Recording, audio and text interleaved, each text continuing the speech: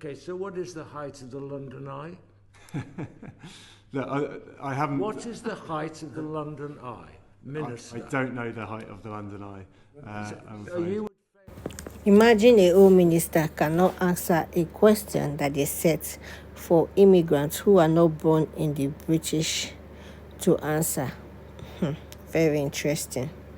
Hello guys, welcome to my channel. Today we'll be talking about the ILR and the life in the UK test that immigrants must write before they can get their ILR. This test is supposed to measure how well immigrants understand British, the history, the cultures, and the value.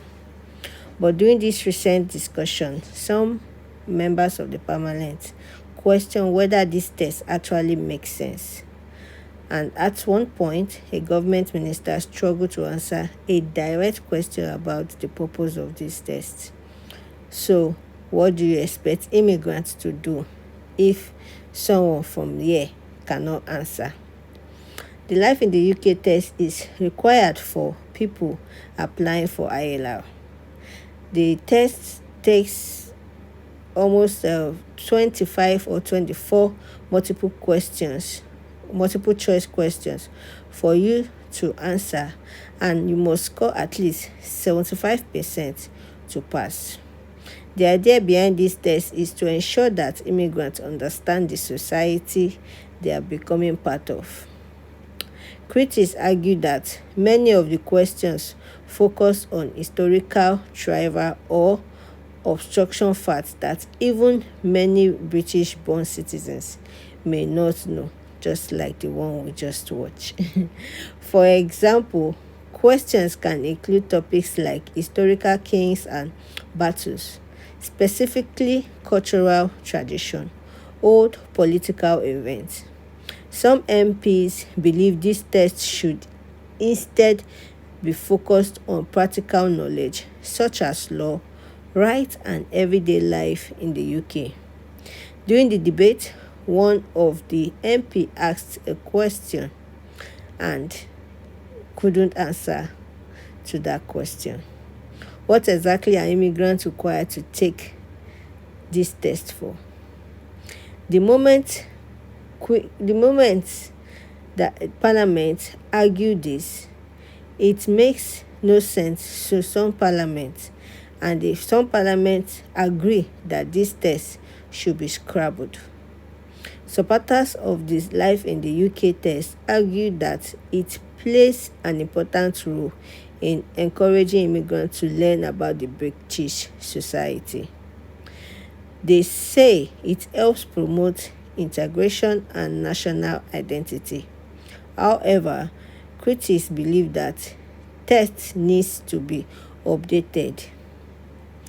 Some MP want the government to examine whether the current questions are still relevant in the modern British. If reform happen, the Life in the UK test could be updated or redesigned in the future.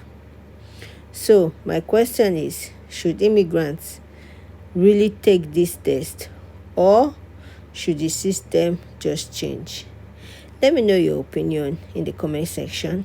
And if you enjoyed this news and analysis, please do well to like, share, and drop your comments, and let us discuss more. And I will see you on the next. Please watch the video. The issue is we need to tell the British public what the facts and data are, objectively as we can. And when there are facts and data, fiscal data, which is clear, then isn't it a bit worrying that we're not telling the British public before we make a decision? It may be after that we tell them, they may still want to put pressure on people in Ireland. That's fine, but shouldn't we be doing that?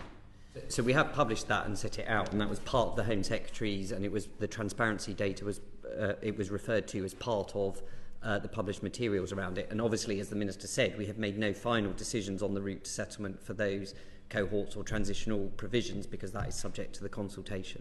And I'll just add, we don't dislike people on ILR. No. And when we're making assessments... Sorry, but there are 10 billion drain? When we're making assessments around economic migration, we must consider the economy, the economics of it, and of course this has been laid out, the workings have.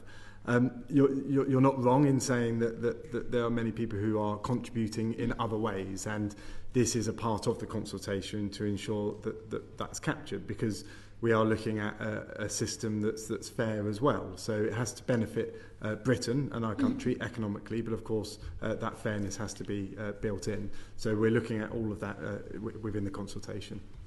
I think my point is the British public might start disliking them if they think they're a massive fiscal drain when the facts are actually showing that they're a net fiscal benefit. We have to be transparent in the decisions we're making, and we are talking about the economy here. Baroness Buscombe, then Baroness Hughes. Thank you. Just a really quick one. I can't remember how Committees received, and many people are particularly concerned about those people who are very close to getting ILR, who now will have to wait a very long time.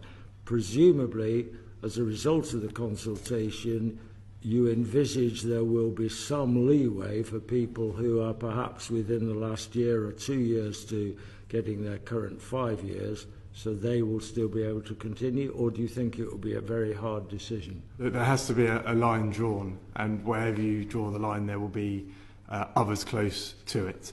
A lot of the transitional arrangements, etc., have just been consulted on, and we are working through that. We've seen around 200,000 responses to this consultation, so it is vast, but we have started working through that. We're working through recess, for example, to ensure that we fully understood what's coming back, and of course there's a lot of work going on about When that. can we expect a decision? In the coming months, we will say more. Sorry, that's very much a political answer, but it's only because I wouldn't want to put a specific date on it and then let you down. But look, as Minister, my consultation hasn't ended, and it won't end until all the decisions are made. So I'm in listening mode at all times. I was with